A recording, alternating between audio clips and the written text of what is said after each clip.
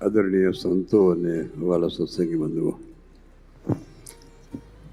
આજે સવારના સત્રમાં સ્વામીએ વિસ્ડન મંદિરે કઈ કઈ જગ્યાએ હેલ્પ કરી છે, મદદ કરી છે. ભુજ મંદિરમાં, ઉત્સવમાં, વિશ્રાંતિ ભવન વગેરેમાં બધી વિસ્તારથી સ્વામીએ વાત કરી. ત્યારે મને એમ થયું કે વિસ્ડન મંદિરે મને જે હેલ્પ કરી છે ને એ પણ મારે કહેવી છે, બધાને કહેવું છે.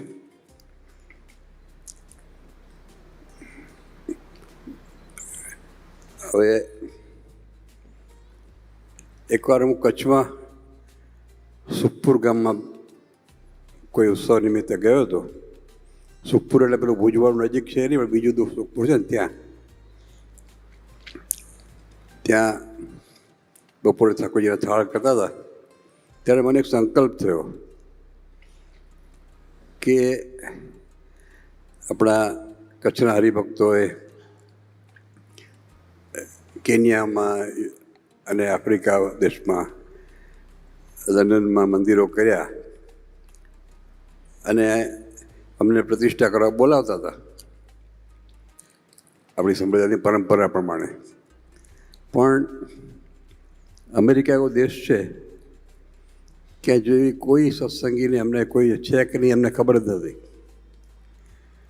એટલે મનમાં એમ સંકલ્પ થયો કે જો અમેરિકા આપણે એવોઇડ કરશું, નહીં જઈએ, તો આવતા 20-25 વર્ષમાં ત્યાં મંદિર થવાની કોઈ શક્યતા લાગતી નથી મને, અને સત્સંગી આપણા રહેશે પણ નહીં. આવો સંકલ્પ એ તમારા કચ્છમાં થયો, મને સુખપુર ગામમાં. પછી વિચાર કર્યો કે આપણે અમેરિકા તો જવું જ છે. મારી પાસે 2 સત્સંગીઓના સરનામા હતા, ફક્ત 2. પછી સંતોને વાત કરી અને એવું નક્કી કર્યું અમે કે આ ટિકિટનો ખર્ચો આપણે મંદિર પાસે નથી લેવો, કારણ કે આપણે એક જમ્પિંગ ડાક જેવું છે. ત્યાં જઈને શું કરશું આપણને ખબર નથી. હરિભક્તોને કહ્યું તમે તમારા ખર્ચે આવો.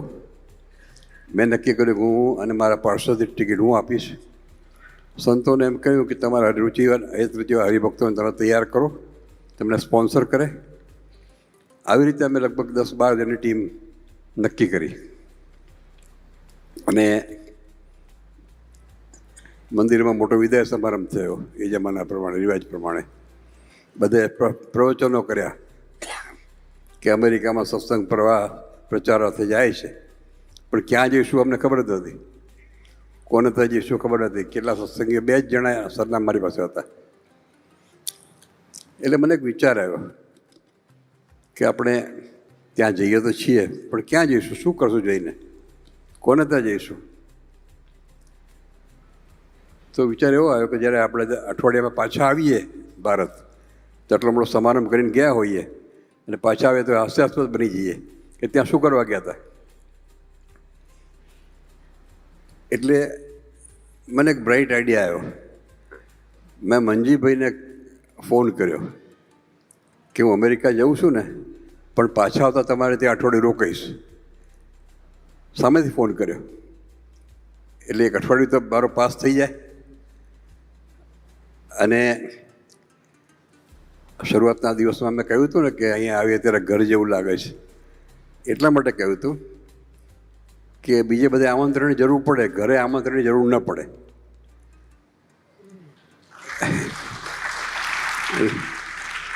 એટલે વગર આમંત્રણે હું મંજીબેન સામેથી કીધું હતું કે હું આવવાનો છું અઠવાડિયા માટે, 8-10 દિવસ માટે તમારે ત્યાં. એટલે મને એમ કે અમેરિકાથી જલ્દી પાછાનું થાય ને તો 8-10 દિવસ તો આપણા સ્પેન્ડ થઈ જાય લંડનમાં. That was the beginning. અમેરિકામાં મંદિર કરવાનો સંકલ્પ કચ્છમાં થયેલો, સુખપુર ગામમાં. અને વિચાર કર્યો કે જો નહીં જઈએ તો ત્યાં તો આપણું કંઈ સ્થાન રહેશે જ નહીં. 2 સત્સંગોના એડ્રેસ હતા. એટલે પછી પોતપોતાના ખર્ચે જવાનું નક્કી કર્યું. વિદાય સમારંભ થયો મોટો. પછી વિદાય સમારંભમાં પ્રવચનો થયા કે અમેરિકામાં સત્સંગ પ્રચાર થઈ જાય છે, પણ જઈશું ક્યાં આપણે, શું કરશું જઈને? 2 દિવસ 4 દિવસ પાછા આવવાનું થાય કારણ કે ત્યાં હોટેલો ભાડું પણ વધી જાય. તો પાછા આવશો તો લોકો હસશે આપણે કે અમેરિકા શું કેમ ગયા હતા. એટલે મેં મંજીભાઈને અહીંના પ્રેસિડન્ટ હતા ને એમને ફોન કર્યો કે હું અઠવાડિયે 10 દિવસ તમારે ત્યાં રહેવાનું જ પાછા આવતા, અમેરિકાથી પાછા આવતા.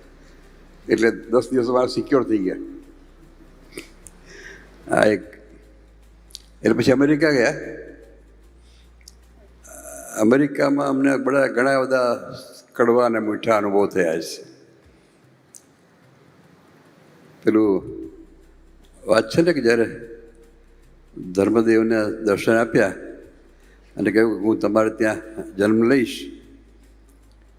એ સાંભળીને, એ સમાચાર જાણીને એ વખતના જ્યારે વિરોધ પક્ષ બધો હતો ને એ લોકોએ નક્કી કર્યું આપણે જવું. નિષ્કુળાનંદ સ્વામીના શબ્દો મને બહુ યાદ નથી, પણ એમાં એક લાઈન એવી છે કે એક કહે એનો સૌ સગો એના કલ્યાણમાં કરવું દગો. એટલે બધાએ નક્કી કર્યું, આખી ગ્રુપ ગેંગે કે આ જાય છે અવતાર લેશે એટલે આપણે પણ સામે જવું વિરોધ કરવા. અમેરિકામાં એવી જ હાલત હતી.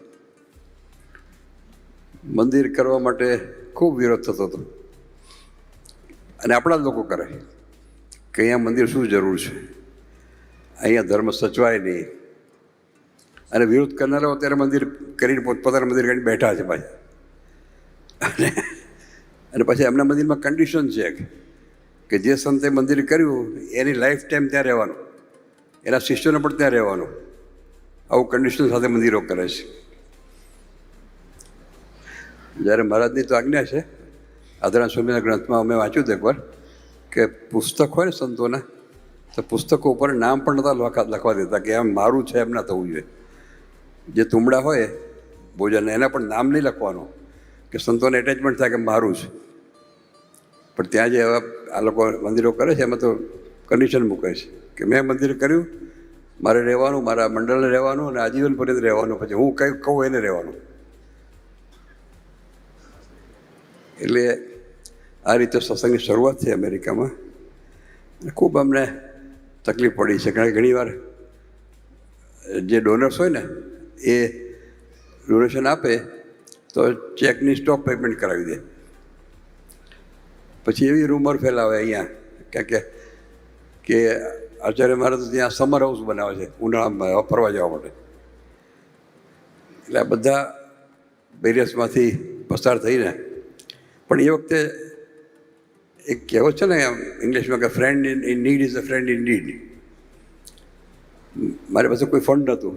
જ્યારે અમેરિકાના સત્સંગીઓ એપાર્ટમેન્ટમાં રહેતા હતા, બહુ ઘણા સત્સંગીઓ હતા. એટલે ત્યાં મંદિર કરવું, ફંડ કેવી રીતે કરવું? તે વખતે આ વિષ્ણુ મંદિરે મને હેલ્પ કરી છે. અને મંજીભાઈ સાથે સભામાં ઊભા રહીને ફંડ કરાવતા હતા.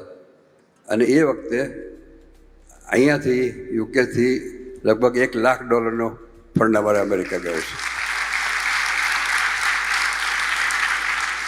અને દેટ વોઝ ધ બિગિનિંગ. અમારો મોરલ બુસ્ટ કરવામાં આ મંદિરનો મોટો ફાળો છે. અને અત્યારે તો કંઈ કહેવાનું નથી કે અત્યારે મંદિર લગભગ 30 મંદિરો અમેરિકામાં આપણા નારાયણદેવના થઈ ગયા છે અને બીજા થતા થઈ ગયા છે. અમુક તો આચાર્ય માંડને હોલ્ડ ઉપર મૂકવા પડે છે. તૈયાર મંદિર હોય તેમ થાય કે હવે 6 મહિના પછી પ્રતિષ્ઠા કરજો, આપણે એક સાથે પહોંચી નહીં વળીએ. એટલી પ્રગતિ આપણે ISOમાં અમેરિકામાં કરી છે. અને ISO એટલે શું છે તમને કહું. આપણે કોઈ પણ પ્રદેશમાં આપણો ટ્રસ્ટ કરવું હોય તો ત્યાંનો ટ્રસ્ટ કરવું પડે. કારણ કે આચાર્ય મહારાજ છે એ ભારતીય નાગરિક છે. He cannot sign anything, he cannot be a signatory to any because he is an alien.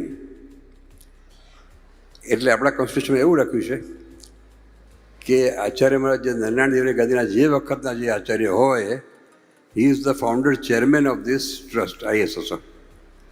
Founder chairman.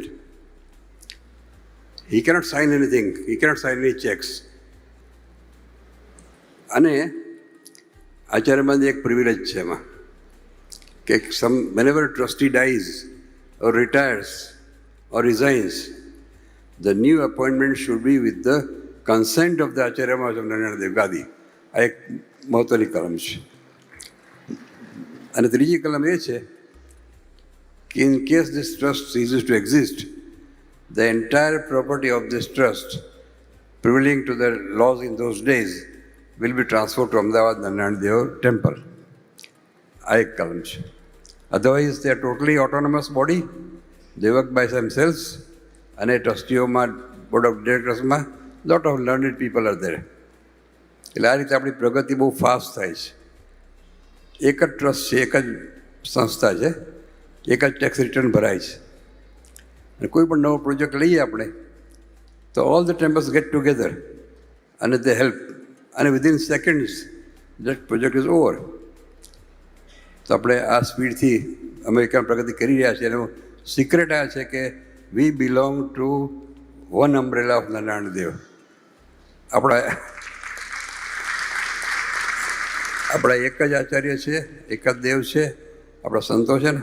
અને સંતો એટલા બધા આપણે સારા મળ્યા છે કે જે આચાર્યની અનુગતમાં રહીને, ઇવન પ્રમુખ હોય ને, આચાર્યમાં જ કહે કે હવે તમે પ્લીઝ રિટાયર, નવાને ચાન્સ આપો, તો he is to retire, no argument at all. તો આ રીતે આપણી વ્યવસ્થા અમેરિકામાં ચાલે છે, અને this is the secret of our progress. પણ મારે તો ખાસ થેન્ક્સ કહેવા માટે આ મારે બોલવું હતું કે જ્યારે ખરી જરૂર હતી ત્યારે વિશ્વ મંદિરે અમારી પડખે ઊભા રહીને અમને હેલ્પ કરી છે. અને એ મંજીભાઈએ સભામાં શાઉટ કરીને બધાને ઇન્સ્પાયર કરીને તમે આટલા લખો, આટલા લખો, આટલા લખો, એ સમયમાં અમને ખરી જરૂરિયાત માટે હેલ્પ કરી છે. બસ આટલું કહેવું છે મારે, લોકોને જાણવું જોઈએ. આપ સૌને ખૂબ ખૂબ આશીર્વાદ સાથે વિરમું છું.